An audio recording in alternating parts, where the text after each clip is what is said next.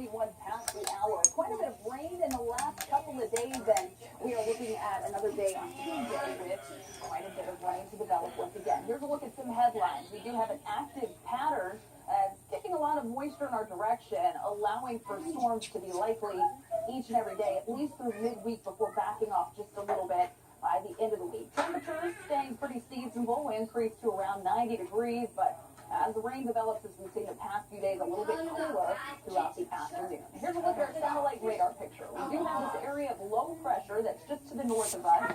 The wind around that low is kicking all of this tropical moisture in our direction. So as things start to heat up throughout the day, it's firing up quite a bit of activity. And that's going to be the case for our Tuesday. So I want to show you our wind speed in the morning, about 5 o'clock, not too high, between about 5 to 10 miles per hour out of the south. If we get a few peaks of sunshine in the morning, as expected, those temperatures are going to heat up quickly to around 90 degrees. By lunchtime, winds are going to be picking up around 10 miles per hour out of the southwest. That's going to allow that Gulf Coast sea breeze to move inland, firing up showers and storms already around lunchtime. And that's going to continue through the afternoon. It will be a bit breezy. Any storm that develops will hold gusty winds, frequent lightning, and some heavy rain. Any activity that develops is going to be moving off to the north and northeast throughout the day. So county by county, we'll break down your Tuesday forecast, starting first in Flagler and Volusia County.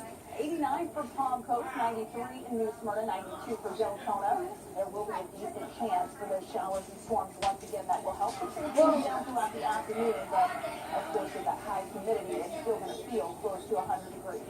In Brevard County, temperatures right around 90, 91 degrees, pretty seasonable for this time of the year. Just watch out for some of those storms to maybe be a little bit on the stronger side. Seminole County, 90 in Sanford, 91 in Oviedo, 92 in Longwood.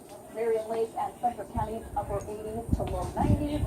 Temperatures not as hot as the last few days, but again, that humidity will make it feel hotter than low 90s across Orange County. Same thing as we travel south into Osceola County. Low 90 for high temperatures, about 70% chance for some of that rain all throughout the day. So if you're heading on the boat, do be aware of some of that activity developing very quickly. Lightning can roll in, the waters can become choppy, and